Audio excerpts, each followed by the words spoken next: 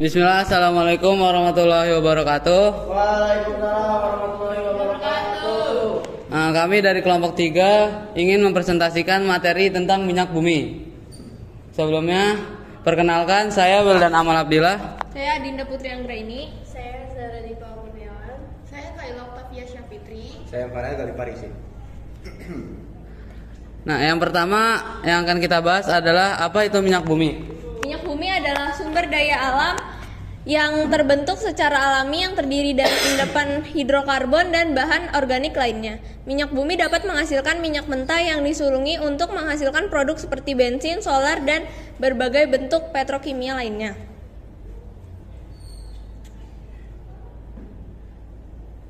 Sisa-sisa organisme seperti tumbuhan, hewan, dan jasad-jasad renik yang timbun dalam dasar laut seperti lumpur selama jutaan tahun. Lumpur terbentuk kemudian berubah menjadi batuan, sedimen, dan sisa-sisa organisme mengalami peruraian menjadi minyak dan gas di bawah tekanan dan suhu tinggi. Minyak bumi terbentuk di dalam bebatuan dan terkebur di dalam bumi. Minyak bumi kemudian diekstraksi oleh manusia untuk digunakan sebagai sumber energi. Yang kedua, kita akan membahas tentang komposisi minyak bumi.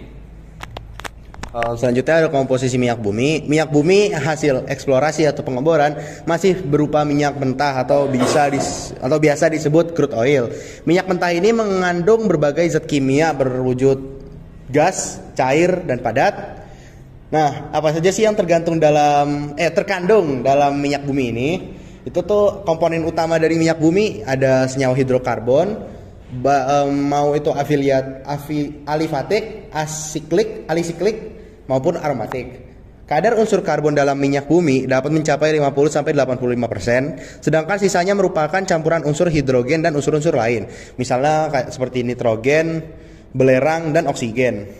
Nah, untuk alifatik itu ada 2, rantai lurus dan rantai bercabang. Nah, pertama itu ada alifatik rantai lurus.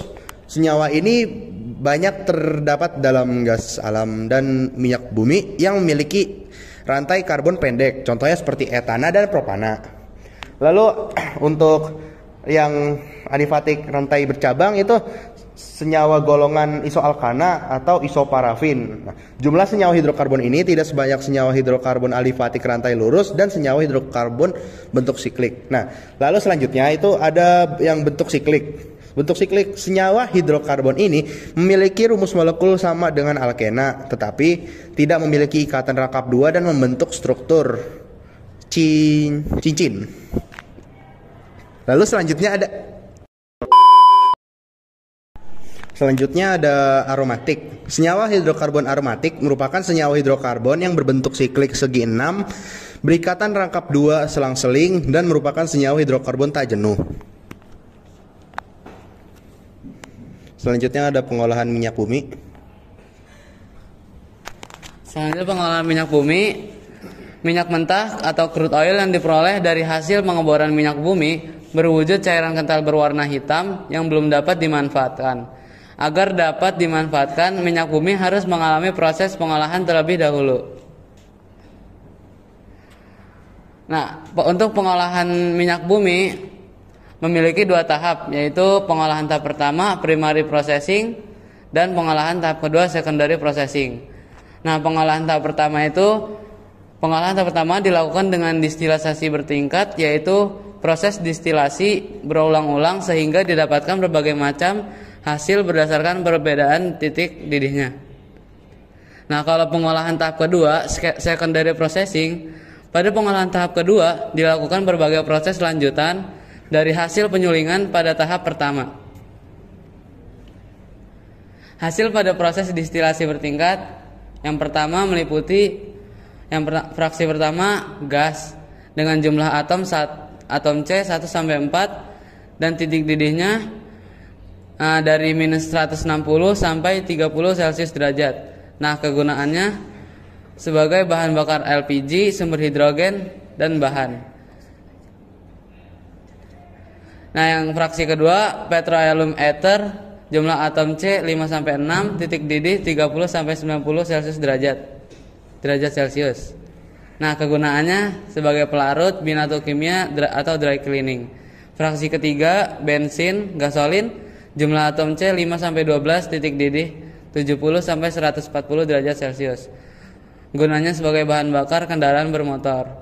Fraksi keempat, nafta, jumlah atom C 6 sampai 12, titik didih 140 sampai 80 derajat Celcius. Kegunaannya bahan kimia. Fraksi kelima, minyak tanah kerosin. Jumlah atom C 9 sampai 14, titik didihnya 180 sampai 250 derajat Celcius. Kegunaannya sebagai rumah tangga. Fraksi ke 6, after. Jumlah atom C 8 sampai 16, titik didihnya 150 sampai 300 derajat Celcius sebagai bahan bakar pesawat. Fraksi ke-7, solar dan minyak, jumlah atom C 12 sampai 18, titik didihnya 270 sampai 350 derajat Celcius sebagai bahan bakar diesel dan industri. Ke-8, fraksi ke-8, pelumas atau oli, jumlah atomnya 18 sampai 22, titik didihnya 350 ke atas 350 lebih derajat Celcius dan gunanya sebagai pelumas. Yang ke-9, parafin, lilin atau malam, jumlah atom C 20 sampai 30, titik D-nya sama kayak yang tadi sebagai lilin, batik, korek api, pelapis, kertas bungkus dan semir sepatu. Yang terakhir ada hasil fraksi terakhir ada aspal, jumlah atom C-nya 25 ke atas, titik D-nya sama kayak tadi. Gunanya sebagai pengaspalan jalan, atap bangunan dan lapisan.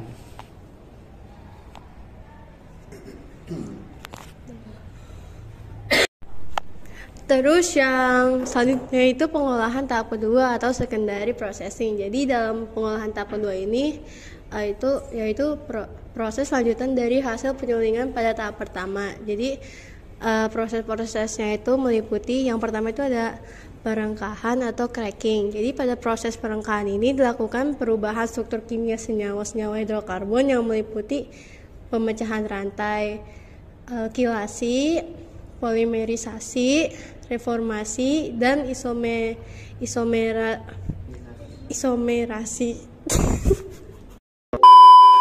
Jadi yang kedua ini ada proses ekstraksi. Proses ekstraksi itu pembersihan produk dengan menggunakan pelarut sehingga didapatkan hasil lebih banyak dengan mutu yang lebih baik. Yang ketiga ada proses kristalisasi.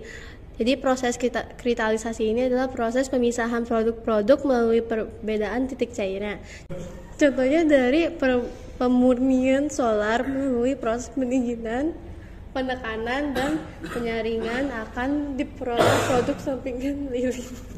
Yang keempat adalah pembersihan dari kontaminasi atau treating.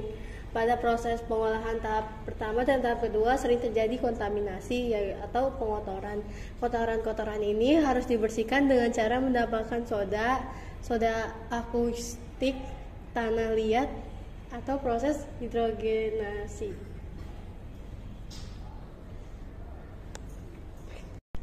Terus selanjutnya pemisahan minyak bumi. Yang pertama itu ada distilasi, yaitu metode pemisahan berdasarkan perbedaan titik didih komponen-komponen dalam minyak bumi.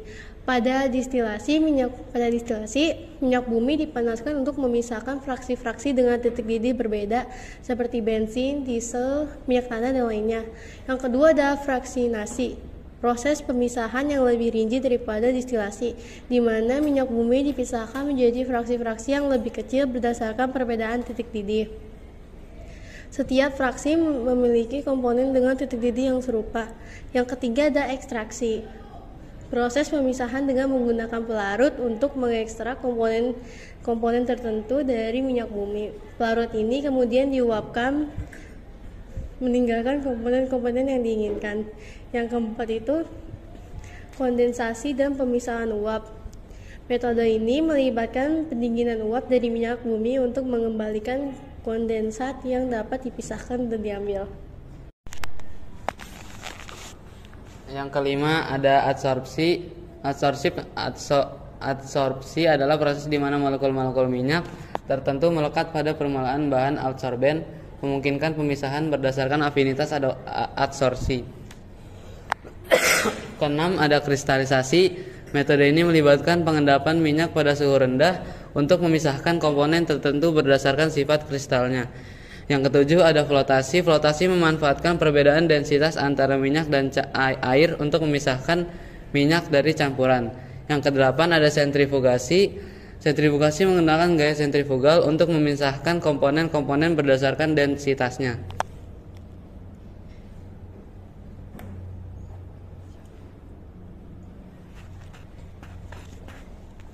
Selanjutnya di sini ada bahan bakar yang dihasilkan oleh minyak bumi. Bahan bakar yang dihasilkan oleh minyak bumi itu ada bensin dan diesel, terus gas LPG, lalu minyak tanah, terus aftur, terus marine fuel oil, gas LNG, dan gas CNG. Lalu di sini ada manfaat minyak bumi. Yang pertama, manfaat minyak bumi itu ada bahan bakar kendaraan. Manfaatnya ini sebagai bahan bakar untuk melajukan kendaraan.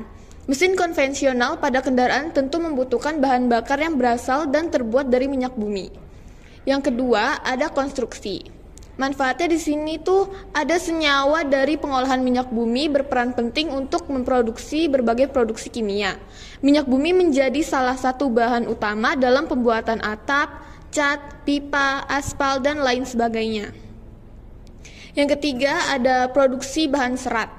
Manfaatnya di sini ada rayon, polyester, nilon, dan bahan tekstil sintetis merupakan jenis bahan serat yang menggunakan komponen minyak bumi. Sumber daya minyak bumi yang telah melalui berbagai tahapan pengolahan akan menghasilkan produk bahan serat. Yang keempat, ada perlengkapan rumah tangga. Beberapa perlengkapan rumah tangga seperti kunci pintu, kunci jendela, panel pintu, kulkas, dan kursi melibatkan minyak bumi dalam proses produksinya. Jadi manfaat minyak bumi hadir di dalam kehidupan sehari-hari. Buat manfaat selanjutnya ada sebagai bahan campuran keperluan medis. Dalam hal ini minyak bumi kerap dipakai sebagai bahan pembuatan produk pembersih, obat-obatan, alat pelindung, dan alat keamanan tenaga medis. Selanjutnya ada sebagai pembangkit listrik.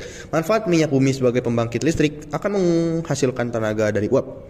Selanjutnya, uap akan membantu menggerakkan turbin, kemudian akan diterima oleh penggerak kumparan magnet untuk menghasilkan listrik. Lalu ke 7, ada sebagai hidrokarbon. Nah, minyak bumi terutama terdiri dari hidrokarbon, yang merupakan senyawa kimia yang terdiri dari karbon dan hidrogen. Memahami struktur dan sifat hidrokarbon penting dalam kimia organik. Dan yang terakhir, ke-8, ada produk kecantikan. Penggunaan minyak bumi pada beberapa Yang terakhir, manfaat minyak bumi ada produk kecantikan. Penggunaan minyak bumi pada beberapa produk kosmetik dapat membuat bentuk dan warna kilap yang indah agar penggunanya terlihat lebih menarik, seperti parfum, cat kuku, make up, dan pewarna rambut. Selain itu, minyak bumi juga digunakan sebagai bahan untuk membuat beberapa produk, mulai dari sabun mandi, sikat gigi, dan sampo.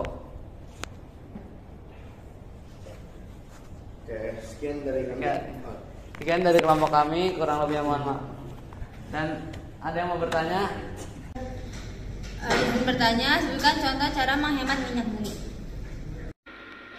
Saya akan menjawab pertanyaan dari Ulan, yaitu cara menghemat minyak bumi. Caranya ada beberapa cara, yaitu yang pertama ada mengurangi penggunaan kendaraan pribadi. Yang kedua, menggunakan transportasi umum. Yang ketiga, menggunakan bahan bakar alternatif seperti bioetanol dan biosolar. Dan masih banyak cara-cara yang lainnya. Mau nanya, mengapa untuk memisahkan komponen minyak bumi dilakukan melalui proses distilasi bertingkat? Nah, ini saya akan menjawab pertanyaan Chanel, yaitu jawabannya karena perbedaan titik diri komponen minyak bumi. Minyak mentah dipisahkan menjadi beberapa fraksi dalam proses distilasi bertingkat. Kali ini saya akan menjawab pertanyaan dari Rehan. Proses terbentuknya minyak bumi itu, pertama-tama minyak bumi dihasilkan dari matinya hewan dan tumbuhan yang terkubur di lapisan pasir dan bebatuan. Setelah terjadi penguraian, Minyak bumi bergerak lewat batuan berpori, kemudian terakumulasi di lapisan batuan keras hingga menjadi sumber minyak bumi yang sekarang dipakai di industri dan digunakan untuk keperluan industri. Sekian dari kelompok kami, kurang lebihnya mohon maaf. Terima kasih. Wassalamualaikum warahmatullahi wabarakatuh.